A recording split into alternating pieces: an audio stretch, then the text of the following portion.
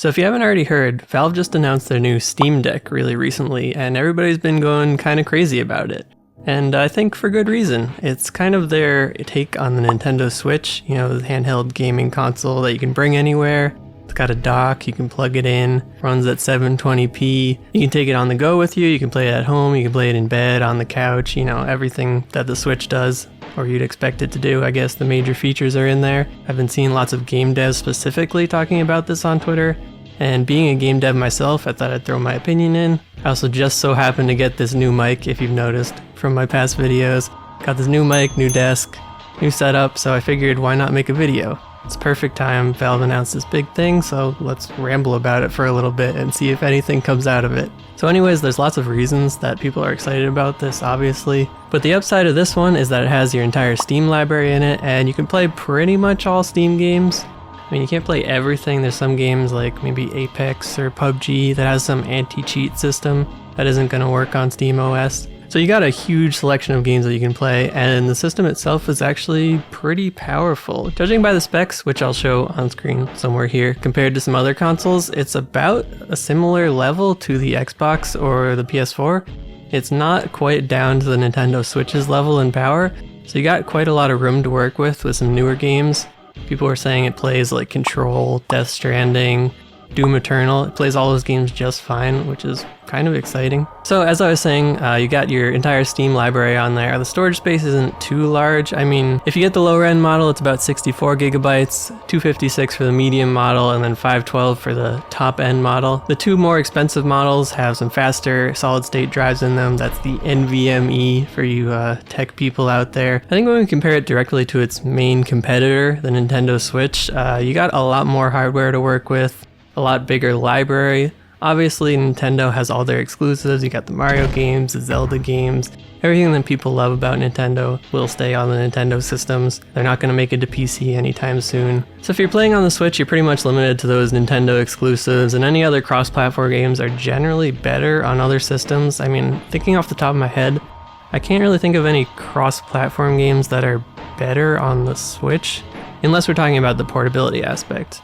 But if we're talking about the portability between the two systems, this is portable, the Switch is portable, this is more powerful. I wouldn't see any reason to run a cross-platform game on the Switch as compared to this. So it's definitely got some pros over the Switch. It's a little more expensive on the higher end. I think it's pretty interesting. We don't exactly know how it's going to turn out because obviously it's not coming out till like next year, I think. Estimated Q2 2022 for orders.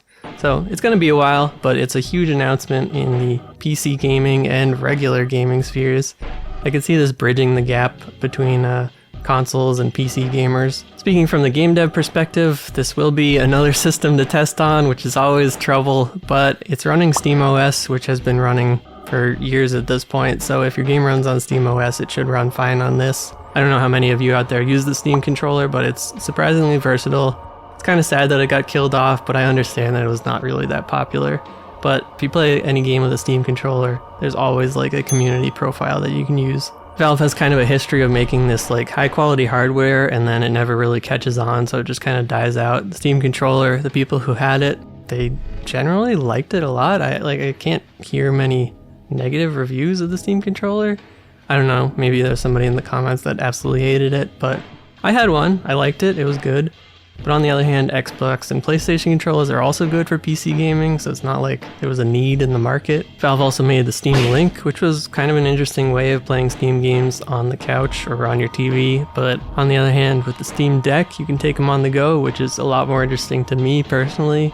You can take it on the train, you can take it on car trips, plane trips, any travel. You're always going to have to worry about the battery life of things like this and the Switch. I mean, when you're playing higher end games, it's going to kill the battery pretty fast. I don't think there's any way really around that, but they say it's about 2 to 8 hours battery life depending on what you're playing, which is about on par with the Switch. When we talk about playing games themselves on this versus a giant PC screen or even a regular size monitor, UI might be an issue with some games. When you get down to smaller screen sizes, the UI doesn't really scale well with some games, so things become hard to read, hard to make out.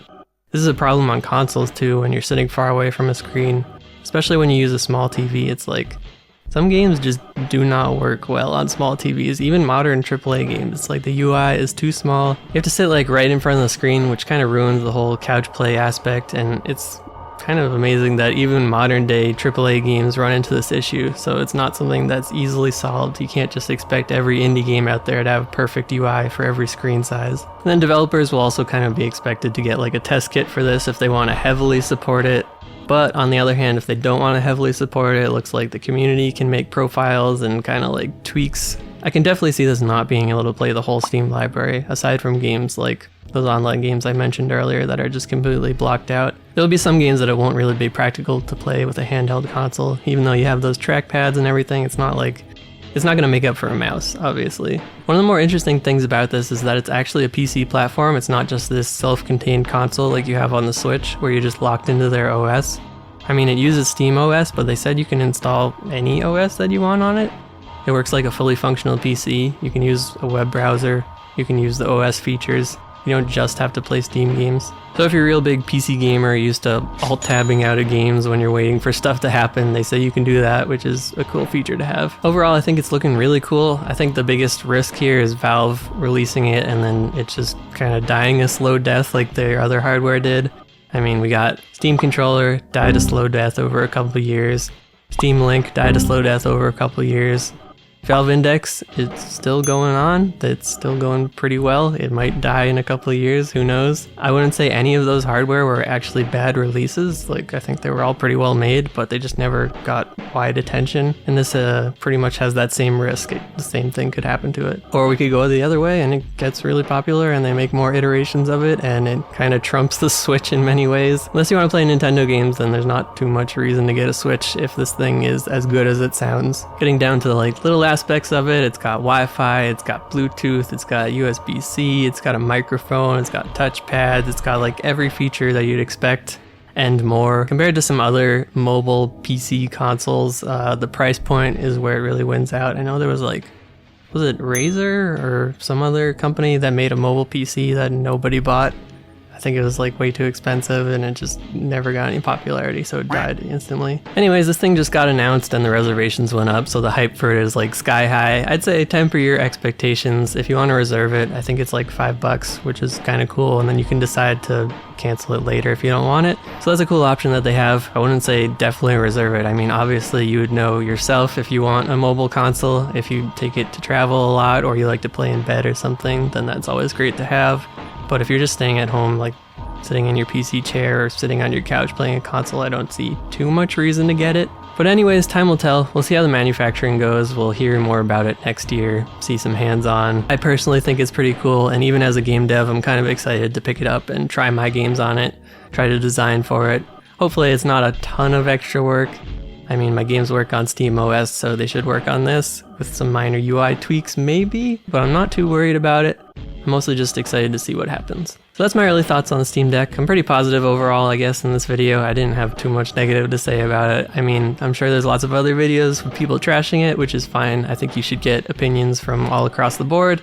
But from a game dev's perspective and from somebody who enjoys these handheld consoles, I would give it a thumbs up so far. I don't know. Well, I guess we'll see what it turns out like. Alright, that about wraps up everything I had to say here. I'll see you all in the next one.